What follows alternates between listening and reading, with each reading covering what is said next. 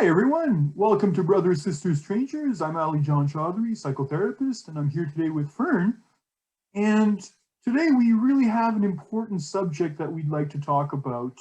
This is a term that we often hear in some of our communities that we participate in. It's called gaslighting. Now, gaslighting is something that is somewhat of a mysterious term because not everybody knows what it is. And we'd like to shed some light on what gaslighting is with regards to family relationships, including sibling relationships, and anything in between where it can manifest. Now, Fern, I understand that you have a story that you'd like to share with regards to gaslighting. I do. I always like to provide the lived experience in this podcast. So I have one, not necessarily applying to siblings, but that applies to my father's marriage to his second wife. So many years ago, he's no longer alive, but many years ago, he called me up out of the blue and he was saying to me that he had an urgent question. And I'm like, okay, I really need to ask you something. Oh, what's that? And he said, well, do you think I don't remember things? Do I have a bad memory? And he was a really sharp man and never, to my knowledge, had problems with memory. And I thought, what is he talking about? And I said, not really. Why would you ask me that? And he said, well, my wife keeps saying to me that she tells me things and I never remember. And I'm just beginning to wonder if something's up with me. So, of course, my thought at that moment was, oh my gosh, this is gaslighting. And I'm sure you can add to that point. Absolutely, and that's such a great story that you brought up there, Fern, because I mean, it's something that is a constant with anybody that goes through this type of issue. Basically, people that have to apologize often. People feel that the anxiety seems to be a dominant emotion whenever they're experiencing their relationship with a sibling or family member. The sense that you're constantly being put in self-doubt, chances are you're being gaslighted. And people wonder, well, what is gaslighting? The term gaslighting is derived from a 1930s play and a 1944 film called Gaslight. Its premise is that the husband is able to gradually convince his wife that she's going mad by denying that he's modifying the intensity of the gas-powered lights in the house. Well, you can imagine what that can do on somebody's psyche when people are saying to you, no, what are you perceiving, So on a psychological level, gaslighting is now understood to be a type of emotional abuse that downplays your perceptions by bringing you to question your memories or your thoughts about, say, a critical incident or situation that may have occurred in your life. And pushed to the extreme, it can leave people questioning their sanity, feeling worthless, or even disconnected from their own identities. So, well, and from what I understand, and when I've seen this played out, it's a real power play. mm-hmm. I think the person who's gaslighting the other person has somehow dominated the relationship or is trying to wrestle control of that relationship through gaslighting. Absolutely. And that's the thing that happens oftentimes, is that it becomes an attempt at dominating somebody else. So it's a type of toxic behavior, of course, that can have to do with dominating somebody's thoughts or putting into question their decisions. And it is all about those type of detrimental behaviors that can pose a serious risk to your emotional well-being. So there are some common signs that we can watch out for when it comes to gaslighting. And one of them is clearly denial.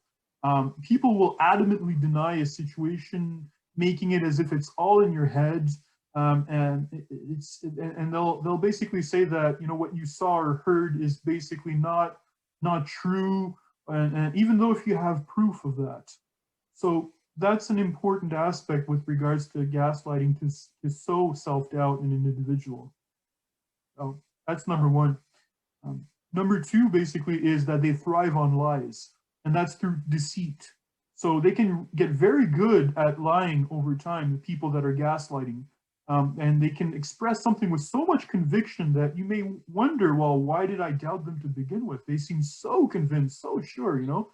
And children can especially be susceptible to this because they'll tend to look up to an adult, and adults can sometimes gaslight children in that way too, you know? And So is this really typical of narcissistic behavior? Is that because I know that when you're involved with a narcissist, you see a lot of this twisting. mhm. And I think I've kind of like an acid back situation. Whatever you did is then reprocessed and spit back at you with acid. Yes, very much so. That's you're absolutely right. This is a behavior that a narcissistic individual will likely engage in. So there are very much some commonalities that people will identify and say, yes, my narcissistic sibling may be engaging in this, and so they may very well connect with what we're talking about. And something else that a gaslighter will likely do is they'll engage in diversion. So they'll shift the conversation in some ways, in that if you tend to say something that they don't like, you know, they're going to bring it right back to you and throw it back to you by bringing up maybe a shortcoming of yours or something that's happened in the past. And they'll say it in a very kind and unkind, rather, and disparaging manner. That's the acid back I'm talking about. Just Yeah, it's on exactly. you. Yeah. Exactly. So I mean, that's a great image when you think about it. That's exactly what happens, and and people wonder, like, how did it get twisted this way? You know, and that's what gaslighters do. Then you start to doubt your own reality too. I mean, that's a whole So other way in which it affects your thinking because you thought you put this thing out there and it was obvious and clear what you were saying, and the next thing you know, it's on you. well, that's exactly right. That's what the basis of gaslighting is all about. It's all about, sowing self-doubt in an individual. And when you start to doubt yourself, then you're always putting the brakes on everything around you. You know, so in Well, some and, ways, yeah, and it also spreads. So it's not just in that relationship. Then it becomes about your own self-esteem and your own sense of self and whether, you can't trust your own reality and exactly. perception. Exactly, and that's why we're saying in some ways that it can make you feel worthless. It can make you question your own identity, and this is where the whole notion of self worth starts to become start to go downhill, so to speak. Now, of course, there's other signs to watch out for when it comes to gaslighting. Some of that might be withholding in some ways, where conversations typically break down, and people will even pretend that they don't understand what you're talking about. It's like, what are you saying? You know, or oh, you're trying to confuse me again.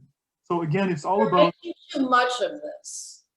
yeah, exactly. So those are the type of things that can come up in some ways where all of a sudden, the other person's going to just put the brakes on whatever you're trying to bring up, and try to spin it back at you in some shape or form as a domineering type of approach to gain control over somebody else. So this is something common. This whole thing of you're making too much of this really makes my blood boil because there's the assumption that somebody else gets to tell you what you feel or how you think, and it's up to them to dictate the terms. And you can really fall into that trap easily and start to have all sorts of self-doubt because of that. But you have to step back and say, wait a minute, nobody gets to tell me how I'm going to think or feel. Yes, and that's right. We're going to be getting into some of those strategies, in a few minutes. And, I think it's important also to recognize, just like you're saying, it's all about power. It's all about, reconnecting very much towards what is your identity per se. And other ways that they can use also to manipulate you is through artificial praise, where they may say something that, on the surface might mean to be to your benefit, but it really is more towards their own benefit. So just to be conscious of that, these type of power games, and that gaslighters will also exploit other people around you by saying or downplaying certain things, you know, by trying to isolate you in some relationships by saying, well, if they really cared about you, they would do this. So again, talking down. So, in partnership relationships, this emerges particularly in the early stage, and it's in the what's called the love bombing stage. And that's how someone gets you in their den, in their trap. um, so yeah, I mean, I can see that it's a dangerous game. It is very much, and it involves very much of power plays, control, domination, as we said. So all the more importance in trying to recognize some of the signs. And that's why we've talked about some of these common signs, but there's also common phrases that people will say also that will kind of be used in such ways that are going to be gaslighting you. So one This is going to be the best part right here. This is like the flags to what to watch out for. Yes. Go ahead. Yes, pay attention, folks. You need to stop trying to confuse me. Where did you get that crazy idea? You know, that's another one that can come up often. Another one is, you remember it wrong, you know, already throwing into question your perceptions. Oh, you're too sensitive, you know. Which was, by the way, my father's situation. You don't remember it right. That's what she's doing to him. Exactly. Yeah, exactly. you're too sensitive. That's another great one. Oh my gosh, how many times have I heard that? Again, somebody else is dictating whether I'm too sensitive or not. Exactly. But most of us, you know, that are preoccupied with our own sibling estrangement issues are usually empathic people. We care about the relationships that we have. So our natural tendency will be to question ourselves if things don't go a certain way. You know, we'll wonder what we contributed or what we did in some ways. And of course, the manipulating person, the gaslighter, will use that against us. You know, so that's really important to be conscious of that, because it's true that those are some of the buttons that get pushed for a lot of us. I have no idea what you're talking about. You're making that up. I only do it because I love you, you know, so already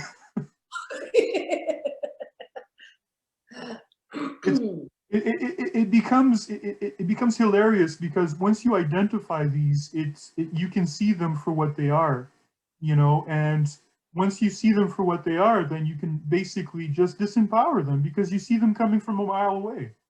So that's the beauty of this. So these are some. Well, and they're all assigning your emotional state to their perception. Mm-hmm. Yeah. So it's really interesting how they personalize it to them. They try to make it about you, you know, that there's something that's wrong with you in some shape or form. So again, you know, if you're not used to that, then all of a sudden you're always going to be second guessing yourself, always experiencing that level of doubt. And as we said, you know, push to the extreme, if this continues over time and that this is allowed to continue, then again, our whole sense of identity shifts, you know, and that can create a whole bunch of different issues, you know. So this is why I think it's so important to be mindful of who you surround yourself with, because it's not just about the contained relationship. It affects the individual and how they see themselves, and then what they bring out into the world in other relationships. absolutely, and that's the thing too. It pours into everything else that we experience afterwards, especially if we've experienced it in our own family situation with our own siblings and such. You know, so very important. No, Holly John, it's really unfortunate that there isn't some sort of educational course that makes people aware of these things. Like they should have a class in high school that makes people aware of these red flags, particularly for women, because they go out into the world, they date men, they don't understand these red flags, and then they get caught in it maybe for decades. Yeah, you know, that's why we do these videos. That's why we want to educate people. We want to help them empower themselves. This is all about empowering ourselves, making ourselves better people and such. So, you know, I think it's important to recognize what you can do with gaslighters. And I think that one of the most important things to do is to learn to believe in your reality. And, because we may be agreeable people generally because we're empathic people, we can tend to brush off our perceptions more easily. But I would say don't wait for acknowledgement of your perceptions from your sibling or for somebody else. Make your own thoughts and feelings important. So be able to look at those and highlight those and not dismiss them, but put them to the forefront, acknowledge them. And a good way to do that is to do that through writing. Keep a journal. I am all about that. I think writing is a record. So it's very validating because it makes you see exactly what someone said and rethink of it later and reevaluate what they said later. Sometimes in the moment, it's really hard to say to yourself, oh, wait a minute, I'm getting played here.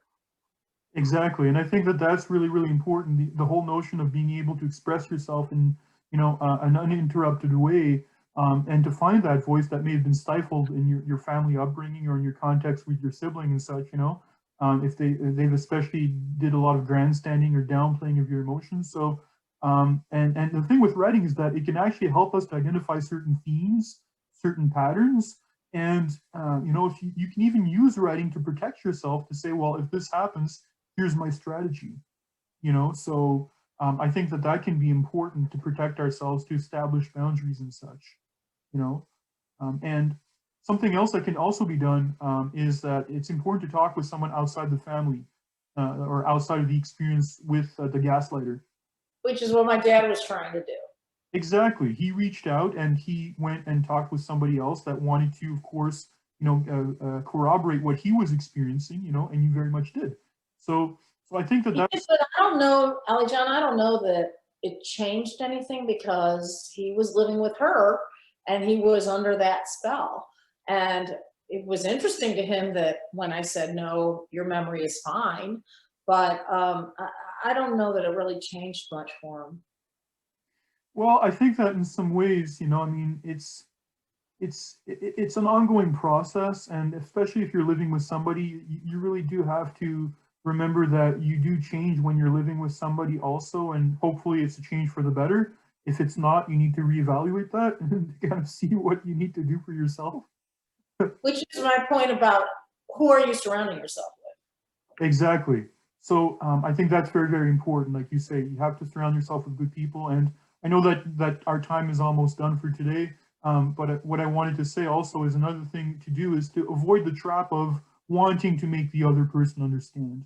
Now, that's something that is especially important because gaslighters will typically use whatever reaction you may have against you. So if it is that you react in some shape or form, or that you get fed up and you get angry, which is a normal expression whenever we feel that there's an injustice that's happening, then all of a sudden that can get turned around very quickly and say, aha, you see what this person is doing? So they can make themselves out to be a victim and such. And I would say, don't fight fire with fire, try to fight fire with water, so avoiding confrontation directly can be a good way to disengage and disable these future scenarios they can come up with. Yeah, I've heard this term gray rocking, which I think basically means don't have a big response to somebody like this. Just keep it very contained and limited as far as engagement, like you're saying. Exactly. Well, I know we're almost out of time, and since I had the first word, I think I'll have the last one as well. There are simply some relationships that are too toxic to engage in. And of course, I know I've written the book on reconciliation, but I would not want that to be the absolute model for everyone. I think it's really important to assess these relationships with siblings and determine whether they're abusive or cruel or toxic. And if they are any of those things, it may be best to simply let it go and grieve the relationship. And I know how hard that is. And of course, we have a video about grieving a sibling relationship. It's kind of a last resort, but you have to protect yourself. Absolutely. So it is about empowering yourself, protecting yourself, establishing healthy boundaries, recognizing where the pitfalls lie. And I hope that today's video was, of course, helpful for our viewers in terms of identifying where those particular pitfalls can lie with regards to gaslighting. So, well, it was certainly enlightening for me. So thank you so much. It's always great to be with you, Ali John, and I look forward to the next time. thank you so much for doing this again, Fern, and we'll talk again soon. Take care.